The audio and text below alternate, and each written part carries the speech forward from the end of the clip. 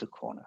It sounds very far away, but for everything we need to do, and countries need to prepare, also here in the Secretariat, we need to prepare, that is actually quite a lot of work. That is on one hand very technical, the capacities and so on, but it is also about institutional arrangements, and it is also about budgeting for this kind of work. And I think the earlier we start, the better it is. I'm very mindful of the time. I have been given a very limited time frame to talk, and I spent a lot of this already in this introduction. That was not planned. But let me walk you through. I just actually have been asked to give a general overview of what is the ETF. I have seen many familiar names. I could actually dive a bit deeper, but I will stay at a level that is introducing the ETF, its key elements, saying a little bit about the negotiations that are still ongoing, and what does it take to move from where we are right now to implement the ETF, and a couple of key messages. But let me first start kind of locating the ETF in the Paris Agreement architecture. So as you all know, the Paris Agreement has the overarching objectives, the long-term temperature goal, climate resilience, and also making the financial flows basically more green. And to get there, we have the actions on basically mitigation and adaptation, and very, very important for developing countries, the means of implementation. That is the support that will be provided to implement these actions. And basically, as an undercurrent, there is this accountability, because as you know, the Paris Agreement is building on NDCs, a pledging process where everyone comes forward with their own targets. And to make sure that everyone is also living up to these targets, there is this whole idea of accountability, and transparency is critical here. So it's basically, on one hand, you start pledging your NDC. On the other hand, you then talk about it and show everyone that you're actually implementing what you promised. We try to put this into a process, and also to show where the ETF comes in, the Enhanced Transparency Framework. It basically starts with you prepare your NDC, you start implementing it, but that is already when you start accounting for it and start the tracking of progress, even if it's only internally, but it's something to get started right away. Then comes a reporting phase, review, and all of this information goes into the global stock take. And then every 5 years, we are taking stock of where we are. And this will then inform the next round of NDCs, so that actually you're creating this kind of continuous process. And I think this is very important to note, that this is not a one-off. Like preparing a report is not a one-off. It's actually a continuous process that you have to kind of link these different elements of the Paris Agreement together. When Paris was basically paving the way with its broad architecture, what happened 2 years later, 3 years later in Katowice 2 years ago, was equally important, but basically much more technical. So it didn't receive so much attention, but what has been adopted are the real guidelines. How do we operate all this? How do we operate this big architecture of the Paris Agreement? And now also, what does it actually mean for transparency? And here, parties adopted what is called the MPGs, the modalities, procedures, and guidelines. And a lot of the PATPA work is about these MPGs, implementing it, because that is really how do we do this? How do we do the reporting? How do we do the review later? And how do we do the facilitative sharing of views?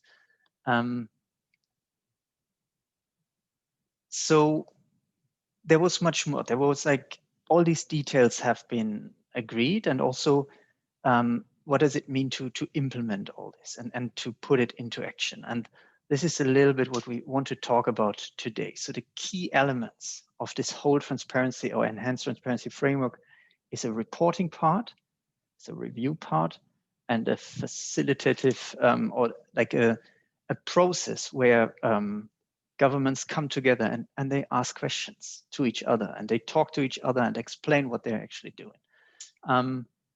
What is new compared to what we had before is that all of these elements are mandatory to a certain extent to all countries. So that means there is no exception from this. There is more, I wouldn't say, well, there is more discretion for LDCs and SIDs. They can start this process at a later stage. However, eventually the idea is that everyone is on board with the same set of guidelines, with the same set of principles to do this kind of transparency work and to talk about what is it we're actually doing, and mainly how are we doing vis-a-vis our own targets. Very important are the principles, which then apply to everyone. And I think the first one is very critical, because it takes a little bit away the edge of this mountain of work, as we always call it, that is ahead of countries. It is build and enhance the work that has been done on transparency under the convention. So, and that means that in general, what we are talking about with the enhanced transparency framework is nothing completely new. It actually builds on what we have. So what we see is that those countries that are already engaging in the MRV under the convention, mainly preparing BORs, preparing inventories, for them, this step to this enhanced step to the enhanced transparency framework is much easier to manage, because they can do this step from a much better foundation. The next basic principle of the ETF is facilitate improved reporting and transparency over time. So that means everyone starts where you are, depending on your own capacities, and then building up from there. So that doesn't mean each country now has to start at the same level, but basically starting where you are. And I think this is very critical, especially in an exchange where we have developed and developing countries, where we have LDCs and maybe more advanced developing countries. There is the idea is not that everyone now has to first get to the same kind of national capacities and then have or submit the same kind of reports, but it's actually that we all start where we are. We all have to do the first step. Some start higher, some start at a different stage, and then getting better over time. Eventually, we will all have a similar level of capacities and a similar reporting and so on. But this time is not defined. This time is everyone working on their own schedule, depending on their capacities, depending on their national circumstances, how to get there. The next, of course, promoting the TACCC principles, avoid, I think what is also important, the duplication of work and an undue burden on everyone, so that this really builds on this idea of building on what we have and everyone at their own speed. No backsliding. I think that is very important. And that is important, again, when trying to figure out what is our first step. It needs to be kept in mind that once you do the first step, the next step has to be a little bit better, and again, a little bit better. So I think defining where we are right now and defining this very first step for every country is very important, because the idea is to then build on this and getting better over time. And if you recall this graphic I had earlier, this circle is that once you set your first step, you can be sure 2 years later, you have to do the next one, 2 years later, the next one, and the next one. So I think it's very important to really use the time wisely that is available now to define what is our first step. How do we start into this process that is there for us to stay for quite a while? Avoidance of double counting and ensuring environmental integrity is very important. These are the other underlying principles of the enhanced transparency framework, is building trust, but also showing that what we are doing is actually going in the right direction, and our NDCs are real NDCs with showing the efforts of everyone without the double counting and ensuring the environmental integrity. One principle I wanted to show a little bit more in depth is the idea of flexibility. The enhanced transparency framework is applicable to everyone. However, there is built-in flexibility for those countries that need it. And I think this is very important to keep in mind. Flexibility has been defined in the MPGs. It is really not like a blanket flexibility where the countries can say, oh, I apply flexibility and it applies to everything across the board. It is something very nuanced. You have to go through the MPGs, you have to read the MPGs, and there you will find flexibility provisions for elements all over the place. And that means that when a country wants or needs to apply this flexibility because of its capacities, then it needs to really define where they need it, and then indicate the use of this flexibility, and make sure that and also provide an explanation why they use it. And I think this is very important because it again requires everyone to really take a very focused look at what you're going to do and how you use this kind of flexibility that is available. The whole idea of this flexibility is that over time, and then here again, the work of PATPA is very important. Over time, when you get better, you use less and less of this flexibility. And eventually all parties operate under the certain standards. But the flexibility is important because it's taking care of national circumstances and national capacities, which are by definition different for every country. The key elements, as we already said, there is the reporting, the technical expert review, and this facilitative multilateral consideration process. I think I will skip over this. I already mentioned it. I think it's just important to keep in mind for everyone that there is, first you do the reporting, and this reporting comes every 2 years. In between there will be NDCs and also the global stocktake. But after the reporting, it's not done. Your reports will be undergoing the technical expert review. And after that, the facilitative multilateral consideration process, where you talk, or parties are talking to each other about these reports. What I wanted to highlight is that for the technical expert review, we need many technical experts. So that is not the secretariat doing this review, but it's actually experts from each country. So if this sounds interesting, please visit our website and join the group of technical experts, as we need many of these experts in the years ahead. I also mentioned that there are still negotiations ongoing, and these negotiations are mainly about how do we do the reporting. We now know what goes into all these reports, but how should it actually be written down? How should it be structured? How should it be presented? This is currently still ongoing under the Substar. So these negotiations will commence at the next session, which we hopefully have next year. There will be also initial discussions now happening under what is called the November dialogues, or the November climate change dialogues, that will start next week. This is not an official negotiation, but it's just a way to, as also here, to keep the ball rolling and to get governments focused on these elements that are still outstanding. Nevertheless, I think even though negotiations are still ongoing, this shouldn't be seen as a reason for postponing the development of institutional arrangements, of getting started in each country about what does it mean to implement the ETF?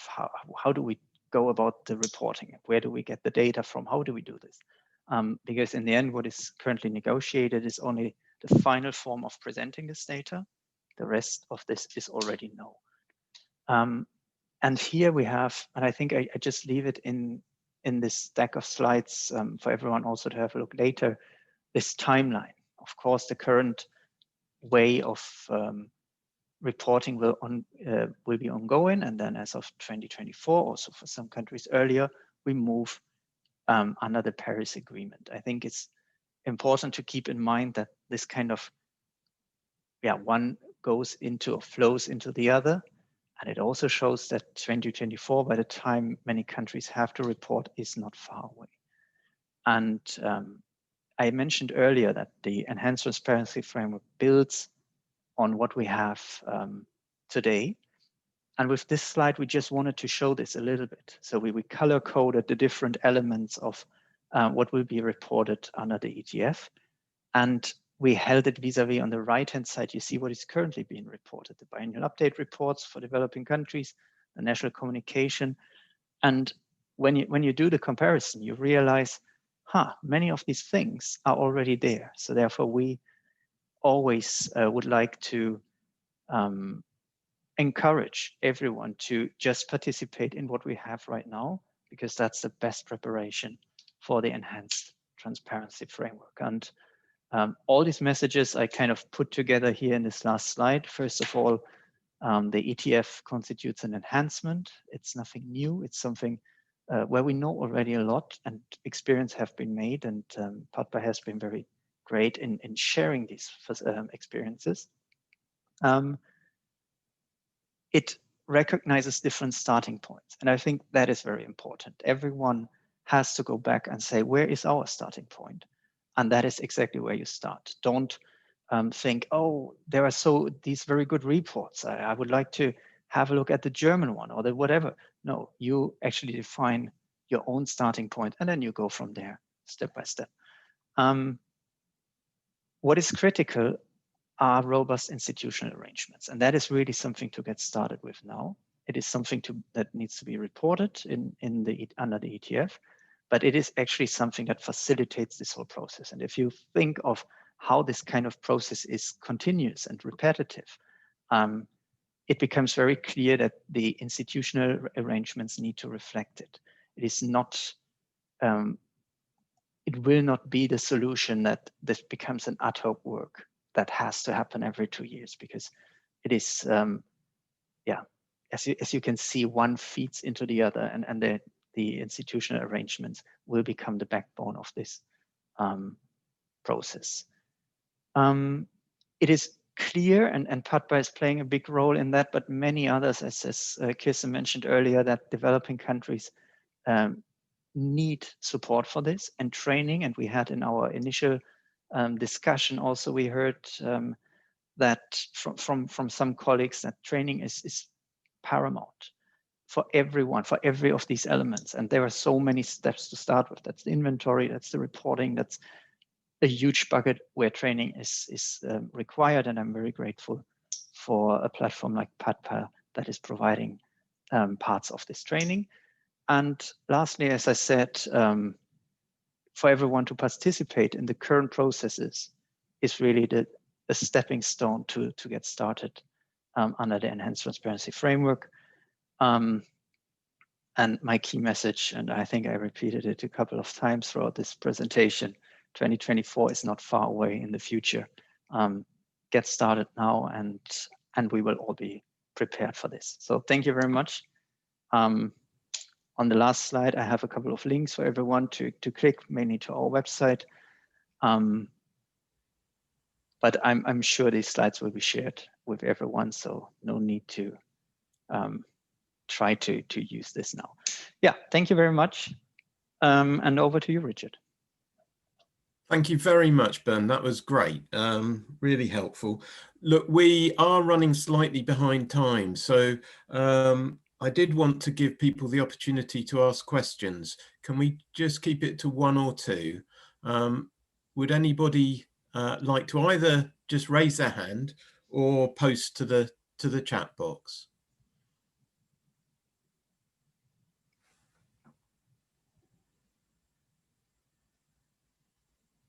No questions? You're all good?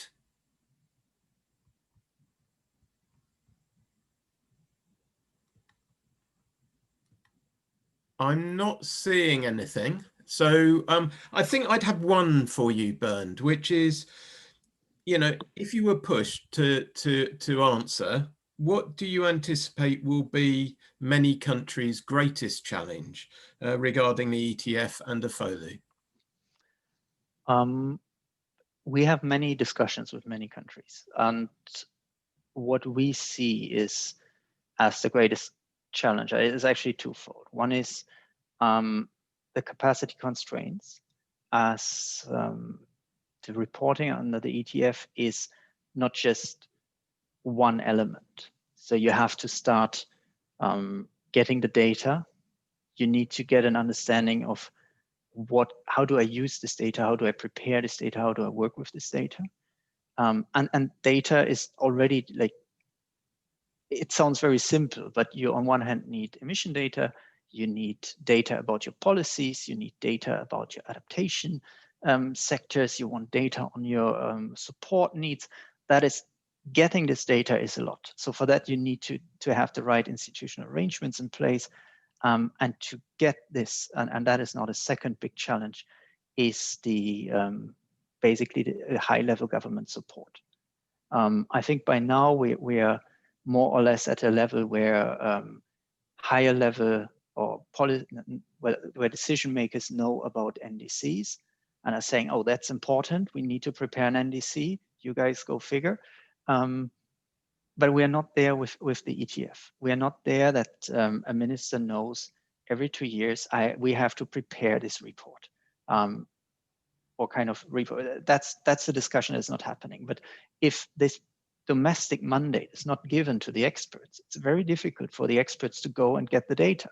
Because if, there is a lot of data that falls out of their, let's say, scope and out of their area of expertise.